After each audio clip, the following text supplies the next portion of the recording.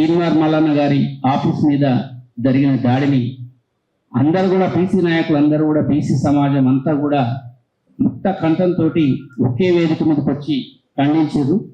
ఇది చాలా ఆహ్వానించదగ్గ పరిణామం. బీసీలందరూ కలవడానికి నిన్న జరిగిన దాడి చాలా ఉపయోగపడుతుందని నేను అనుకుంటున్నాను. బీసీలందరినీ కలపడానికి ముఖ్యంగా కల్వకుంట్ల కవిత గారు బీఆర్ఎస్ పార్టీ ఏమనుకుంటున్నారంటే, గతంలో 60 ఏళ్ల నుంచి చేసిన తెలంగాణ ఉద్యమాన్ని కేసీఆర్ ఆయన ఖాతాలు వేసుకున్నట్టు, మా నారగోనన్న లాంటి వాళ్ళు, ఆర్కృష్ణ లాంటి వాళ్ళు, పెద్ద పెద్ద వాళ్ళు ఎప్పటి నుంచో 50 ఏళ్ళ నుంచి చేస్తున్న బీసీ ఉద్యమాన్ని ఇలా కల్వకుంట్ల కవిత గారు అకౌంట్ వేసుకోవడానికి వచ్చింది. ఆమె ఏమనుకుంటుందంటే, తీర్మార్ మల్లన్న నా శత్రువు అని అనుకుంటారు, జనమంతా అనుకుంటుంది. మేము అట్లా అనుకోవట్లే. బీసీ సమాజానికి కవితనే శత్రువు అనుకుంటున్నాము. తీర్మార్ మల్లన్న వర్సెస్ కవిత కాదు fight. Kalvakuntla Kavitha versus BC సమాజం ఇప్పుడు ఫైట్.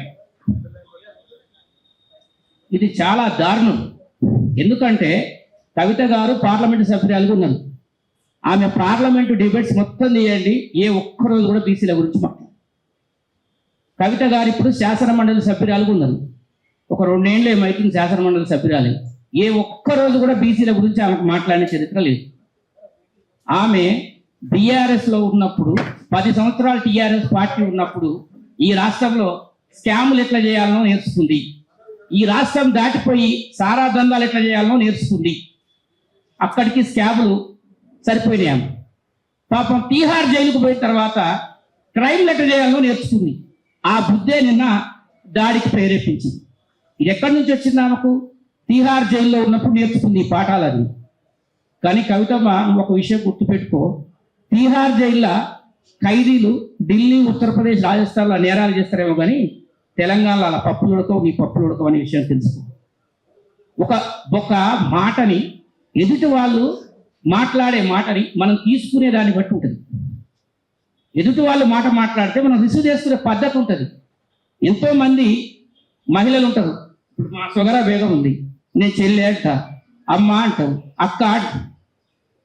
ఎవరినైనా ఒక తల్లిని అమ్మ బాగున్నావా అంటే, ఏం రా అమ్మ అంటున్నావు, నీ అయ్యకు నేను భార్యనా అంటే ఏమన్నా అర్థం ఉంటుందా? అందుకనే కవితమ్మ కంచం పొత్తు మంచం పొత్తు మనకు లేదు అనేది వాస్తవం. బీసీలు అగ్రకులాలకు పిల్లనిస్తారా? అగ్రకులాలు బీసీల పిల్లల్ని చేసుకుంటారా? చేసుకోరు. మంచం పొత్తు అంటే నువ్వు ఏం ఫీల్ అయినావు అది చెప్పు ఫస్ట్. నీ ఫీలింగ్ ఏంది? ఆయన అన్నది పాత సామెత, మన తాతల ముత్తాతల నుంచి వస్తున్న సామెత. అది మీ నాయన కూడా వాడినే సామెత. మరి ఆయన అన్నాడు, మీకు మాకు కంచం పొత్తు లేదు, మంచం పొత్తు లేదు అన్నాడు. కంచం పొత్తు లేదు, మంచం పొత్తు లేదు అనే దాంట్లో నీ ఫీలింగ్ ఏంది? నేను ఏమన్నా అనుకుంటున్నా అది చెప్పు క్లియర్గా ఫస్ట్. దాని మీద మనం మాట్లాడదాం. మంచం పొత్తు అంటే ఏంది, కంచం పొత్తు అంటే ఏంది? ఇక్కడ మా నారగోనన్న ఉన్నాడు, సూర్యారావు ఉన్నాడు, మా రామచంద్రరావు సార్ ఉన్నాడు, అందరు ఉన్నారు కదా. వీళ్ళకి తెలుసు క్లియర్గా కంచం పొత్తు అంటే ఏంది, మంచం. నీకు తెలిసింది ఏంది మంచం పొత్తు అంటే? దాని మీద నువ్వు చెప్పు. ఒకవేళ తప్పు చేస్తే తీర్మానం మళ్ళీ తప్పు అందాం మనం. అంత తప్పుడు పదమేం కాదు కదా. అంటే ఆమె ఏమనుకుందంటే, తెలంగాణ రాష్ట్రంలో బీసీ ఉద్యమం ఉధృతంగా ఉంది. మా నాయన కొండా లక్ష్మణ్ బాబుజీని మోసం చేసిండు, ప్రొఫెసర్ జయశంకర్ని మోసం చేసిండు, గాదె ఇన్నారెడ్డిని మోసం చేసిండు. నేను కూడా బీసీ ఉద్యమంలోకి వచ్చి ఇప్పుడున్న బీసీ నాయకులందరినీ మోసం చేసి నేను బీసీల పితగా వెలుగొందుతా అనుకుంటున్నాను. ఆయన తెలంగాణకు జాతి పిత, ఈమె బీసీ పిత, వీళ్ళన్ననేమో సాఫ్ట్వేర్ పిత, హరీష్ రావేమో స్కాముల పిత. వీళ్ళింటి నిండా పితలే. అట్లా చేసుకోవాలని చెప్పి వాళ్ళు పన్నాగం మండి వస్తుంది. తీర్మానం మళ్ళా నన్నదని నేను క్లియర్గా విన్నా. నీకు బీసీ ఉద్యమానికి సంబంధం ఏంది అని చెప్పింది. చెప్పు మరి, నీకు బీసీ ఉద్యమానికి ఏం సంబంధం? నువ్వు పార్లమెంట్ మెంబర్గా ఉన్నావు, బీసీల గురించి మాట్లాడినావా? ఈడబ్ల్యూఎస్ రిజర్వేషన్లు పెట్టినప్పుడు పార్లమెంట్లో నువ్వేమైనా నిరసన తెలియజేసినావా? ఈడబ్ల్యూఎస్ రిజర్వేషన్ మీరు హయాంలో ఉన్నప్పుడే బిల్లు పాస్ అయింది, మీరు ఓటేసారు కదా. ఈడబ్ల్యూఎస్ రిజర్వేషన్ తెలంగాణలో కేసీఆర్ గారు ప్రవేశపెట్టింది కదా. ఇంతెందుకండి, నిన్నగాక మొన్న ఎల్కతుర్తిలా కేసీఆర్ గారు చాలా పెద్ద బహిరంగ సభ పెట్టారు, 1,00,000 మంది జనం వచ్చింది. ఈ దేశంలో రాహుల్ గాంధీ, ప్రధానమంత్రి మోడీ గారు, ప్రతి నాయకుడు బీసీల గురించి మాట్లాడుతుంది. కేసీఆర్ గారు ఎందుకు మాట్లాడలే బీసీల గురించి? అంటే బీసీలు అంటే లెక్కలేదనమా? అంటే మీ కుటుంబంలో ఒకడు మైన్స్ పంచుకుంటూ, ఒకడు ఫైనాన్స్ పంచుకుంటూ, ఒకడు బీసీలని పంచుకుంటూ, ఇంకోటి ఎస్సీలు ఇట్లా పంచుకుంటారా మీరు ఉద్యమాలలో? అంటే మేమందరం మీ ఫాలోవర్స్ ఉండాలా? ఈ ఫైట్ని మేము మాత్రం కల్వకుట్ల కవిత వర్సెస్ బీసీలుగా చూస్తున్నాం. బీసీలం అందరం ఏకతాటి మీద ఉన్నాం. తీన్మార్ మల్లన్నే కాదు, ఏ బీసీ నాయకుడికి పిన్నీసు గుచ్చుకున్నా మేమందరం ఏకమైతే గుర్తుపెట్టు. నీకు అధికారం ఉందని, నీకు డబ్బు ఉందని, నీ దగ్గర అంత అహంకారం ఉండి మనుషుల మీద దాడులు చేపిస్తున్నావు. నువ్వు నిజంగా తెలంగాణ ఆడబిడ్డ మీద ఒక ప్రెస్ మీట్ పెట్టకపోయాను, మల్లన్న తప్పైతే మేము మల్లన్ననే ఖండించేటోళ్ళం. మేము ఈ దేశంలో రాహుల్ గాంధీ గారు ఉన్నారు, వాళ్ళ కుటుంబం ఎప్పటి నుంచో బీసీలకు ఏం చేయలేదు, అది ఆయన్నే ఒప్పుకొని క్షమాపణ చెప్పింది.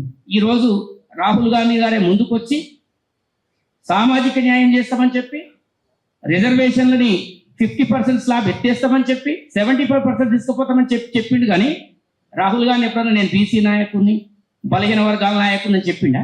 ఆయన పార్టీ నుంచి చేసే విధానాన్ని చెప్పిండు. నీ పార్టీ నుంచి చేసే విధానాన్ని నువ్వు చెప్పు, అంతేగాని తీన్మార్ మళ్ళా ఇంటి మీద పోయి కొడతా, సూర్యారావు ఇంటి మీద పోయి కొడతా, ఇంకొక ఆయన ఇంటి మీద పోయి కొడతా అంటే నీ ఇంటి మీదకి మేమందరం వస్తే నువ్వు ఏడుంటావు? ఇప్పుడు ఇక్కడ ఉన్న ఇంటి మీదకి వస్తే నువ్వు ఉంటావా?